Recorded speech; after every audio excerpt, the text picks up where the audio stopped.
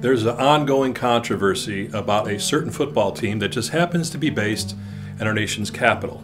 Now, I'm going to say the term Redskins without trying to offend anybody, so my apologies ahead of time. Here's the deal for me. A study was done by a certain group of Native Americans, commissioned by a PhD to figure out the effects of what the term Redskin has on the Native American population. Not only as a whole, but could it be affecting their young people? And here's what the study showed, 32 pages that I read, that the bottom line was this, that any kind of mascot or icon or imagery that has to do with Native Americans can have a negative, debilitating effect on Native American youth, especially those who are disconnected in some ways from society by living on reservations and such like that. And so when I read this 32-page study, I found one part of it really, really interesting. It pointed out something very specific, which I found a little bit strange, quite frankly.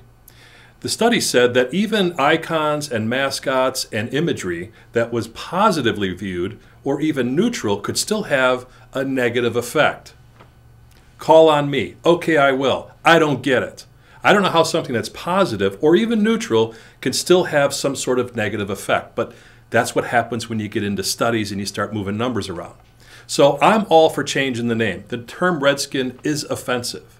There's no question about that.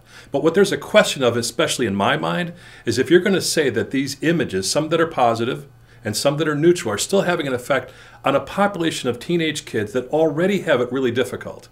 Native American youth have higher suicide rates, higher alcoholism rates, and higher rates of obesity and of drug abuse.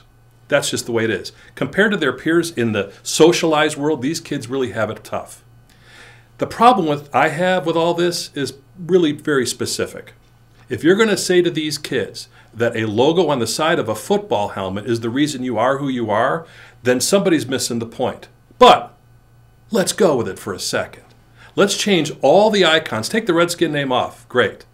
Let's call them the Washington Senators and put Dick Durbin's face on one side and put Barbara Boxer on the other, or whoever you want to pick, which I find pretty offensive myself. But the point is this. Take all the icons off. Let's follow what the study has to say.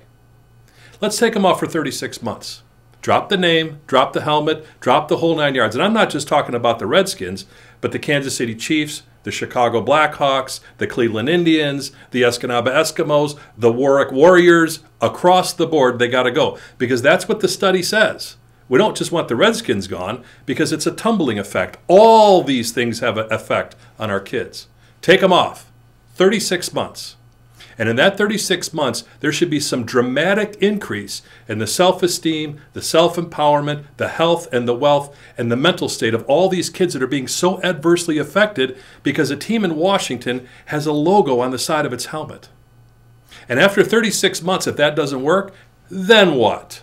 That's what I'm asking. Then what? So if this is the problem and you see this logo and we remove it, after 36 months, it should be off to see the Wizard of Oz. Everything should shift. My guess is that it won't. Because it's not the things that outside of you that matter the most. It's what's inside of you that matters the most. Viktor Frankl wrote a book called Man's Search for Meaning. In that book, he went through the most horrible things you can imagine in the Nazi death camps. And he came through it. And he wrote this amazing book and he said, the problem in life is not the circumstances we find. That's not what's debilitating. What's debilitating is not to have a sense of purpose. So here's my suggestion. Remove the name Redskin. It's offensive. I got it. But let's find some purpose for these kids. So when 36 months goes by and nothing's changed, at least we know that we don't have to do the woulda, coulda, shoulda dance anymore.